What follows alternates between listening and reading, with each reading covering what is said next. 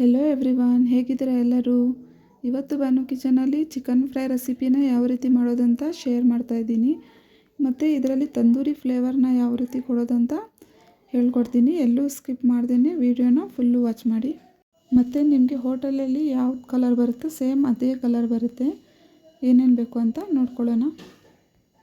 First ನಾನಿಲ್ಲಿ chicken ಬ್ರೋಸ್ಟ್ನ ತೊಗೊಂಡಿದ್ದೀನಿ. ನೀವು ನಾರ್ಮಲ್ ಚಿಕನಲ್ಲೂ ಮಾಡ್ಕೋಬೋದು, ಚಿಕ್ಕ ಚಿಕ್ಕ ಪೀಸ್ ಆದರೂ ಮಾಡ್ಕೋಬೋದು. ಈಗ ಇದು ಈ ಥರ ಕಟ್ ಮಾಡಬೇಕು.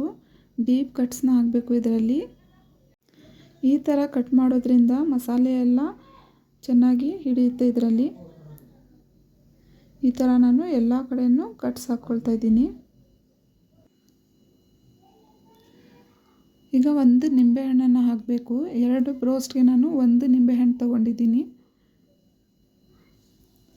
ಎಲ್ಲ ಕಡೆಯೂ ನಿಂಬೆಹಣ್ಣು ಹಾಕಿ 1 ಟೀ ಸ್ಪೂನಷ್ಟು ಉಪ್ಪು ಹಾಕಬೇಕು. ಉಪ್ಪು ನೀವು ನೋಡ್ಕೊಂಡು ಹಾಕ್ಕೊಳ್ಳಿ. ನಾನು 2 ಕಡೆಯೂ 1 ಟೀ ಸ್ಪೂನಷ್ಟು ಹಾಕ್ತಾಯಿದ್ದೀನಿ. ಇಲ್ಲಿ ನಾನು ಕಟ್ಸ್ ಹಾಕಿರಲಿಲ್ಲ, ಅದಕ್ಕೆ ಈಗ ಕಟ್ ಮಾಡ್ಕೊತಾ ಇದ್ದೀನಿ. ಎಲ್ಲ ಕಡೆಯೂ ಕಟ್ ಮಾಡಿಕೊಂಡ್ರೆ ಉಪ್ಪು ಖಾರ ಎಲ್ಲ ಚೆನ್ನಾಗಿ ಹಿಡಿಯುತ್ತೆ.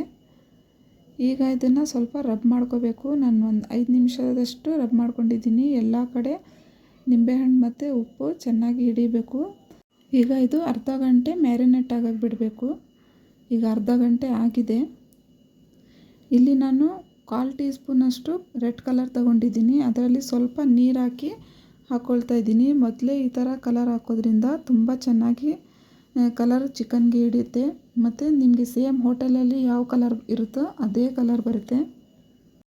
ನಿಮಗೆ ಕಲರ್ ಬೇಡ ಅಂದರೆ ನೀವು ಸ್ಕಿಪ್ ಮಾಡ್ಬೋದು. ಕಲರಿಂದ ಟೇಸ್ಟ್ ಏನು ಚೇಂಜ್ ಆಗೋಲ್ಲ. ನಿಮಗೆ ಹೋಟೆಲಲ್ಲಿ ಯಾವ ಥರ ಸಿಗುತ್ತೋ ಅದೇ ಕಲರ್ ಬೇಕಂದರೆ ನೀವು ಕಲರ್ ಹಾಕ್ಕೊಳ್ಳಿ, ಇಲ್ಲಾಂದರೆ ಸ್ಕಿಪ್ ಮಾಡ್ಬೋದು.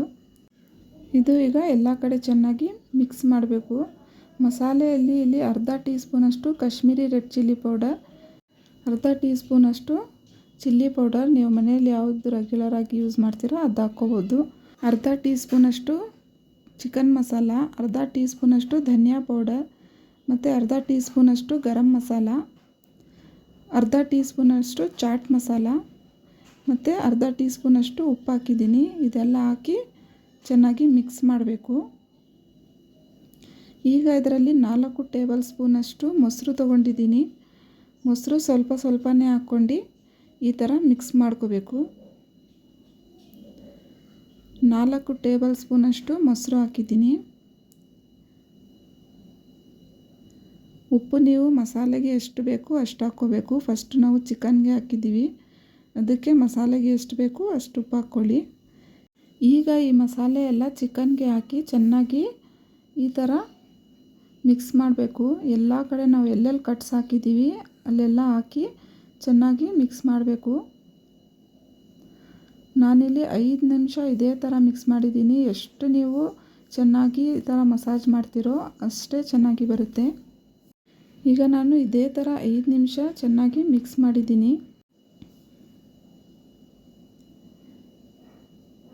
ಈಗ ಇದರಲ್ಲಿ ನಾನು 2 ಟೇಬಲ್ ಸ್ಪೂನಷ್ಟು ಕಾರ್ನ್ಫ್ಲೋರ್ ಹಾಕ್ತಾಯಿದ್ದೀನಿ.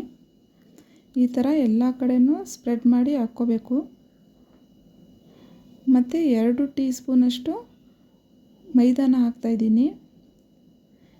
ಇದು ಹಾಕಿ ಚೆನ್ನಾಗಿ ಮಿಕ್ಸ್ ಮಾಡಬೇಕು. 2 ಕಡೆಯೂ ಚೆನ್ನಾಗಿ ಮಿಕ್ಸ್ ಮಾಡ್ಕೋಬೇಕಿದು. ಕಾರ್ನ್ಫ್ಲೋರ್ ಮತ್ತು ಮೈದಾ ಹಾಕೋದ್ರಿಂದ ಮೇಲ್ಗಡೆ ಲೇಯರ್ ತುಂಬ ಕ್ರಿಸ್ಪಿಯಾಗಿ ಬರುತ್ತೆ. ಈಗ ಇದರಲ್ಲಿ ನಾನು 1 ಟೀ ಸ್ಪೂನಷ್ಟು ಶುಂಠಿ ಬೆಳ್ಳುಳ್ಳಿ ಪೇಸ್ಟ್ನ ಹಾಕಿದ್ದೀನಿ. ಅದು ಸ್ಕಿಪ್ ಆಗಿಬಿಟ್ಟಿದೆ. ಮತ್ತು ನಾನು 1 ಟೀ ಸ್ಪೂನಷ್ಟು ಕಾರ್ನ್ಫ್ಲೋರ್ ಮತ್ತು 1 ಟೀ ಸ್ಪೂನಷ್ಟು ಮೈದಾನ ಹಾಕಿದ್ದೀನಿ. ನೀವು ನೋಡ್ಕೊಂಡು ಎಷ್ಟು ಮಸಾಲೆ ಬೇಕು ಅಷ್ಟು ಹಾಕ್ಕೋಬೋದು. ಈಗ ಇದು 2 ಗಂಟೆ ಟೈಮು ಫ್ರಿಜ್ಜಲ್ಲಿ ಇಡಬೇಕು. ನೀವು ಓವರ್ ನೈಟ್ ಆದರೂ ಇಡ್ಬೋದು. ಈಗ ಇಲ್ಲಿ ನಾನು ಅರ್ಧ ಲೀಟ್ರಷ್ಟು ಎಣ್ಣೆ ಹಾಕಿದ್ದೀನಿ. ಇದು ಡೀಪ್ ಫ್ರೈ ಮಾಡಿದ್ರೆ ತುಂಬ ಚೆನ್ನಾಗಿರುತ್ತೆ. ಎಣ್ಣೆ ಚೆನ್ನಾಗಿ ಬಿಸಿ ಮಾಡ್ಕೊಂಡಿದ್ದೀನಿ. ಎಣ್ಣೆ ಚೆನ್ನಾಗಿ ಬಿಸಿ ಆಗಿಲ್ಲ ಅಂದರೆ ಕೋಟಿಂಗ್ ಎಲ್ಲ ಎಣ್ಣೆಯಲ್ಲಿ ಎಳ್ದು ಬಿಡುತ್ತೆ. ನೋಡಿ, ಈ ಥರ ಒಂದೊಂದೇ ಹಾಕಿ 1 ನಿಮಿಷ ನಾವು ಹೈ ಫ್ಲೇಮಲ್ಲೇ ಇದೇ ಥರ ಫ್ರೈ ಮಾಡ್ಕೋಬೇಕು. ನೋಡಿ, ಈಗ ನಾನು ಸೈಡ್ನ ಚೇಂಜ್ ಮಾಡ್ತಾಯಿದ್ದೀನಿ.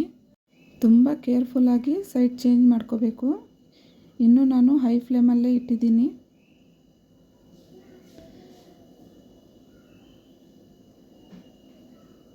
ಈ ಥರ ಸೈಡ್ ಚೇಂಜ್ ಮಾಡಿ ಮತ್ತೆ 1 ನಿಮಿಷ ನಾವು ಹೈ ಫ್ಲೇಮಲ್ಲೇ ಫ್ರೈ ಮಾಡ್ಕೋಬೇಕು. ಈಗ ಇದರ ಮೇಲೆ ಒಂದು ಲಿಡ್ನ ಕ್ಲೋಸ್ ಮಾಡ್ತಾಯಿದ್ದೀನಿ. ಲಿಡ್ನ ಕ್ಲೋಸ್ ಮಾಡಾದಮೇಲೆ ನಾವು ಫ್ಲೇಮ್ನ ಮೀಡಿಯಮಲ್ಲಿ ಇಡಬೇಕು, ಇಲ್ಲಾಂದರೆ ಎಣ್ಣೆ ಎಲ್ಲ ಹೊರಗಡೆ ಬಂದುಬಿಡುತ್ತೆ. ಇದೇ ಥರ ನಾನು 5 ನಿಮಿಷ ಮೀಡಿಯಮ್ ಫ್ಲೇಮಲ್ಲಿ ಇಟ್ಟಿದ್ದೆ ನೋಡಿ. ಈಗ ಇದು ಅರ್ಧ ಬೆಂದಿದೆ, ಇನ್ನು ಒಂದು 15 ಮಿನಿಟ್ಸ್ ನಾವು ಫ್ರೈ ಮಾಡ್ಕೋಬೇಕು.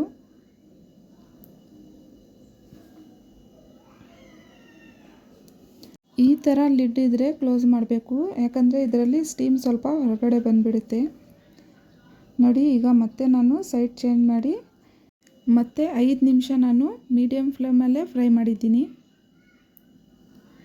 ಈ ಥರ ಲಿಡ್ನ ಕ್ಲೋಸ್ ಮಾಡಿ ಫ್ರೈ ಮಾಡೋದ್ರಿಂದ ಒಳಗಡೆಯಿಂದನೂ ಚಿಕನ್ ಚೆನ್ನಾಗಿ ಫ್ರೈ ಆಗುತ್ತೆ ಮತ್ತು ತುಂಬ ಸಾಫ್ಟಾಗಿರುತ್ತೆ.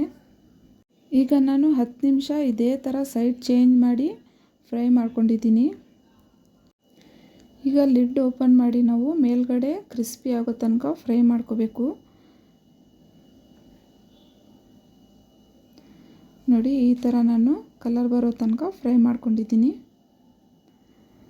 ಈಗ ಇದು ರೆಡಿಯಾಗಿದೆ ನೋಡಿ. ಸೇಮ್ ನಿಮಗೆ ಹೋಟೆಲಲ್ಲಿ ಯಾವ ಥರ ಇರುತ್ತೋ ಅದೇ ಥರ ಬರುತ್ತೆ. ರೆಸಿಪಿ ಇಷ್ಟ ಆದರೆ ಚಾನಲ್ನ ಸಬ್ಸ್ಕ್ರೈಬ್ ಮಾಡಿ, ಲೈಕ್ ಮಾಡಿ ಮತ್ತು ಫ್ಯಾಮಿಲಿ ಫ್ರೆಂಡ್ಸ್ ಜೊತೆ ಶೇರ್ ಮಾಡಿ. ಬೆಲ್ ಐಕನ್ ಪ್ರೆಸ್ ಮಾಡಿ ಆಲ್ ಅಂತ ಸೆಲೆಕ್ಟ್ ಮಾಡ್ಕೊಳ್ಳಿ. ನಾನು ಹಾಕೋ ಎಲ್ಲ ವೀಡಿಯೋಸ್ನ ನೋಟಿಫಿಕೇಷನ್ ನಿಮ್ಮ ಹತ್ರ ಫಸ್ಟ್ ಬರುತ್ತೆ. ಇಲ್ಲಿ ನಾನು ತಂದೂರಿ ಫ್ಲೇವರ್ ಕೊಡೋಕ್ಕೆ ಚಾರ್ಕೋಲ್ನ ಯೂಸ್ ಮಾಡ್ತಾಯಿದ್ದೀನಿ. ಇದು ಸ್ಟವ್ ಮೇಲೆ ಇಟ್ಟು ಚೆನ್ನಾಗಿ ಬಿಸಿ ಮಾಡ್ಕೋಬೇಕು ನೋಡಿ. ಈ ಥರ ಬಿಸಿ ಮಾಡ್ಕೊಂಡಿದ್ದೀನಿ.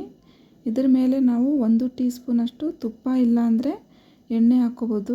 ಈ ಥರ ಹೊಗೆ ಬಂದ ತಕ್ಷಣ ಒಂದು ಲಿಡ್ನ ಕ್ಲೋಸ್ ಮಾಡಿ 5 ನಿಮಿಷ ನಾವು ಇದೇ ಥರ ಬಿಡಬೇಕು. ಈ ಥರ ಬಿಡೋದ್ರಿಂದ ಚಿಕನಲ್ಲೆಲ್ಲ ತಂದೂರಿ ಫ್ಲೇವರ್ ತುಂಬ ಚೆನ್ನಾಗಿ ಬರುತ್ತೆ ಮತ್ತು ಸೇಮ್ ಹೋಟೆಲಲ್ಲಿ ನಿಮಗೆ ಯಾವ ಥರ ಟೇಸ್ಟ್ ಸಿಗುತ್ತೋ ಅದೇ ಥರ ಇರುತ್ತೆ. ತುಂಬಾ ಟೇಸ್ಟಿಯಾಗಿರುತ್ತೆ ನೋಡಿ. ಈಗ 5 ನಿಮಿಷ ಆಗಿದೆ, ನೋಡ್ತಾ ಇದ್ರೇ ಗೊತ್ತಾಗ್ತಾ ಇದೆ ಎಷ್ಟು ಪರ್ಫೆಕ್ಟಾಗಿ ಬಂದಿದೆ ಅಂತ. ಒಂದು ಸಲ ಖಂಡಿತ ಟ್ರೈ ಮಾಡಿ. Thanks for watching.